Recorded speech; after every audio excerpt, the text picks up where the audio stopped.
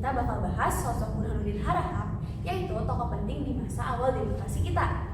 Bener banget ya, banyak orang cuma tahu Soekarno Hatta atau Ali Sastro Mijojo. Padahal Burhanuddin juga punya andil besar dalam sejarah politik Indonesia, terutama lewat perannya di pemilu 1955.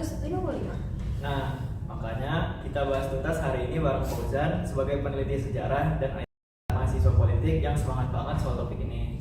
Hehehe, iya dong, aku excited banget soalnya ini topik yang jarang dibahas tapi penting banget buat ngerti dinamika politik kita waktu itu. Kita mulai dari latar belakang dulu ya. Fauzan, boleh dijelasin nggak sedikit siapa sih Burhanuddin Harahap itu? Burhanuddin Harahap ini lahir pada tahun 1917 di Tapanuli, Sumatera Utara. Beliau ini merupakan politisi dari Partai Masyumi, partai Islam moderat yang sangat pengaruh pada waktu itu. Dan beliau jadi Perdana Menteri pada Agustus 1955 di tengah suasana politik yang panas dan penuh ketidakstabilan, kan? Ya, benar sekali. Pada saat itu Indonesia masih menganut sistem demokrasi yang sistem demokrasi parlementer. Jadi kabinet itu gampang banget jatuh bangunnya. Terus banyak kabinet yang tidak bertahan lebih dari 1 tahun. Terus juga banyak juga karena perbedaan partai, Burhanuddin dianggap jadi sosok kompromi yang bisa menenangkan situasi menjelang pemilu 1925. Jadi bisa dibilang beliau ini semacam penjaga demokrasi di masa transisi ya? Menarik karena dia bukan cuma politisi tapi juga figur moral yang dipercaya bisa memimpin di masa sulit. Selanjutnya kita akan masuk ke sesi susunan kabinetnya. Seperti apa sih susunan kabinet Burhanuddin ini, Fauzan? Kabinet Burhanuddin Harahap ini dilantik pada tanggal 12 Agustus 1945. Isinya itu hasil dari koalisi, seperti Masyumi jadi partai utama yang didukung oleh PSI, Partai Sosialis Indonesia, dan beberapa partai kecil lainnya. Karena sifatnya koalisi, banyak kompromi politik di dalamnya. Jadi itu bukan kabinet yang kuat banget ya? Betul sekali. Tapi meskipun begitu, komposisinya tetap berupaya merangkul berbagai kekuatan politik agar suasana menjelang pemilu bisa stabil. Wah, berarti tantangannya bukan cuma mengurus negara tapi juga jaga keseimbangan partai. Dan itu sulit banget di masa demokrasi liberal. Kalau bahas program kerja, apa aja sih yang jadi prioritas utama dari kabinet ini? Ada 3 fokus besar. Pertama itu memastikan pemilu 1955 itu berjalan dengan jujur dan aman. Kedua itu memperbaiki tata kelola pemerintah termasuk pemberantasan korupsi. Ketiga itu memperkuat ekonomi yang pada saat itu masih lemah. Kalau dari segi ekonomi, beliau berusaha menekan inflasi dan memperbaiki sistem distribusi barang kebutuhan pokok. Dan jangan lupa, beliau juga menekankan netralitas aparat keamanan selama pemilu. Itu penting banget supaya hasilnya dipercaya rakyat. Serius banget ya, padahal masa jabatannya cuma singkat. Sekarang bagian yang menyenangkan nih, keberhasilan apa sih dari kabinet ini atau pencapaian paling besar dari Burhanuddin? Yang paling monumental itu pada saat itu adalah tentu pemilu 1955. Pemilu itu berlangsung damai, tertib, dan partisipasi. Masyarakat tinggi banget. Banyak pengamat yang menyebut pemilu ini paling demokratis yang pernah ada di Indonesia. Dan hasilnya juga jadi peta politik nasional yang baru. 4 partai besar muncul, yaitu PNI, Masyumi, NU, dan PKI. Selain itu, kabinet ini dikenal cukup bersih. Burhanuddin sendiri hidup sederhana, bahkan disebut gak pernah pakai fasilitas negara secara berlebihan. Wah, jadi panutan banget ya. Sosok pemimpin yang fokus kerja, bukan pencitraan.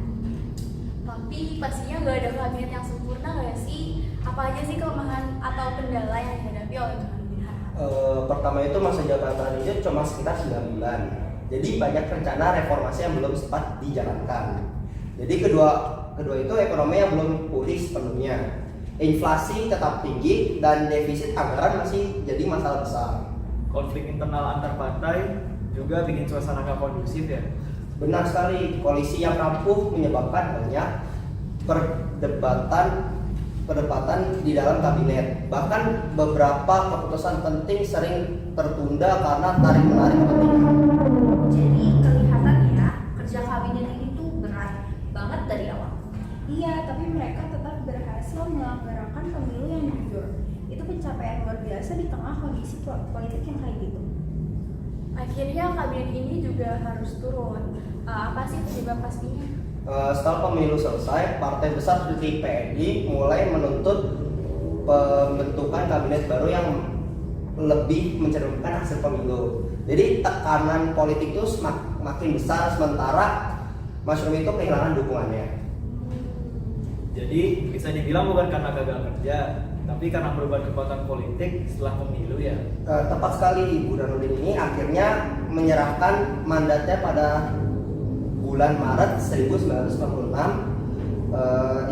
dan digantikan oleh kabinet Ali Sastro Midjojo II. Itu berarti sistem parlementer waktu itu memang bikin kabinet mudah bergerak. Betul, stabilitas politik jadi tantangan besar banget di masa demokrasi liberal. Oh, jadi seperti itu ya teman-teman. Sekarang kita bakal masuk ke bagian yang paling reflektif. Menurut kalian, apa pelajaran penting dari sosok Burhanuddin Harahap ini? Menurutku, Burhanuddin ngajarin kita arti integritas dalam politik. Dia gak lama menjabat, tapi fokusnya jelas, yaitu pemilu yang bersih dan adil. Aku setuju, di zaman sekarang contoh kayak gitu langka banget. Pemimpin kayak Baharudin itu lebih mikirin bangsa daripada kepentingan pribadi. Jadi kesimpulan yang kita ambil dari kabinet Burhanuddin Harahap ini adalah kabinet Burhanuddin Harahap ini merupakan kabinet transisi yang berperan besar dalam sejarah demokrasi Indonesia, terutama karena keberhasilannya penyelenggaraan pemilu 1945, pemilu demokratis pertama di Indonesia. Meskipun masa kejayaannya singkat dan banyak menghadapi kendala ekonomi serta kabinet ini menjadi simbol keberhasilan pelaksanaan sistem parlementer yang demokratis di Indonesia sebelum akhirnya sistem itu digantikan oleh demokrasi tertib. Buat aku pribadi, penjelasannya adalah atau pelajarannya adalah bahwa perubahan besar bisa dimulai dari hal sederhana seperti kejujuran dan tanggung jawab. Setuju banget. Jadi meskipun masa jabatannya singkat, warisan Burhanuddin Harahap tetap relevan sampai zaman sekarang, terutama soal pentingnya pemilu yang jujur dan pemerintahan yang bersih. Dan jangan lupa, beliau adalah simbol bahwa integritas bisa jadi kekuatan politik yang sesungguhnya. Keren banget. Oke, itu dia pembahasan kita hari ini. Terima kasih buat Abi, Dinda, Fauza, dan Echa